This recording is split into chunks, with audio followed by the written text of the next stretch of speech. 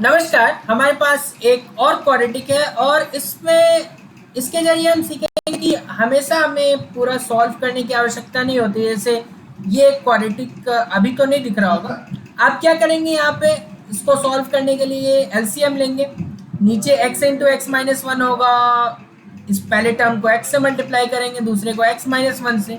ठीक है, लेकिन एक आसान तरीका यह भी होता है कि क्योंकि आपको दिख रहा है पहला टर्म का रेसिप्रोकल है दूसरा टर्म, तो ऐसा भी तो आप कर सकते हैं कि मान सकते हैं कि x कुछ देर के लिए x upon x minus one को a मान लिया। दैट मीन्स दूसरा टर्म जो है वो वन अपॉन ए हो जाएगा क्योंकि वो उसका रेसिप्रोकल है। तो ये हो जाएगा a plus one upon a बराबर two to the four one, 5/2। ठीक है, तो ये क्या हो जाएगा हमारे सामने, A square plus one divided by A equals to 5/2। कितना आसान हो गया। और फिर अब क्रॉस मल्टीप्लाई कर देते हैं तो 2a square plus 2 equals to 5a। 5a को इधर ले आते हैं तो 2a square minus 5a plus 2 equals to 0। ठीक है, तो कोई दिक्कत नहीं है यहाँ तक। 2a स्क्वायर कैसे स्प्लिट कर सकते हैं, क्या माइनस 4a माइनस a कर सकते हैं, क्योंकि इससे माइनस 5a भी बन जाएगा और अगर इसको मल्टीप्लाई करोगे तो 4a स्क्वायर बनेगा which is the required product.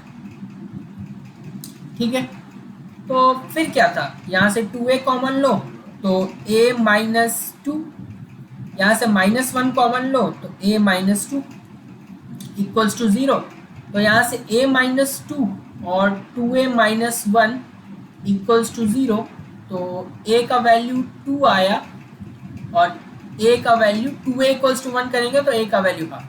कभी कभी हम गलती कर देते हैं, यहीं पे आंसर छोड़ देते हैं। नहीं, a हमारा बनाया हुआ सब्स्टिट्यूशन है तो हमें इसे वापस रखना होगा। a किसके इक्वल था, x upon x minus one. तो हम बोलेंगे कि x upon x minus one एक बार तो 2 के इक्वल रख दो और x upon x minus one को एक बार 1/2 के इक्वल रख दो और सॉल्व करके x का जो वैल्यू आएगा वही हमारा रिक्वायर्ड वैल्यू है। तो ठीक है, तो क्रॉस मल्टीप्लाई कर दो तो x बराबर 2x माइनस टू। तो इस x को इधर ले आओ तो x का वैल्यू क्या हो जाएगा, 2। एक तो x का वैल्यू 2 आया, इधर क्या हाल है, 2x बराबर x माइनस वन। तो x को इधर ले आओ, x का वैल्यू माइनस वन। तो x की दो वैल्यूज आए, माइनस वन और 2। रख के देख लो, माइनस वन और 2। तो जब x का वैल्यू 2 है तो 2 divided by 2 minus one is 1 plus 1 divided by 2। ये कितना आता है, ये हमारे पास 2 एलसीएम आया, 4 प्लस 1, सो दिस इज 5/2 जो कि इसका सिंप्लीफाइड फॉर्म है। ठीक है, अच्छा माइनस वन रहे तो क्या होगा, minus one divided by minus two plus minus two divided by minus one. तो इससे क्या फर्क पड़ रहा है, ये minus minus cancel, minus minus cancel, तो 1/2 प्लस 2/1 अगेन आ रहा है जो कि which is the same thing, तो अगेन 5/2 ही आएगा। तो आपको पता चला ना कि इसको पूरा सिंप्लीफाई करके क्वाड्रेटिक बनाने से अच्छा है इसको a सब्स्टिट्यूट कर लो या t सब्स्टिट्यूट कर लो कुछ देर के लिए।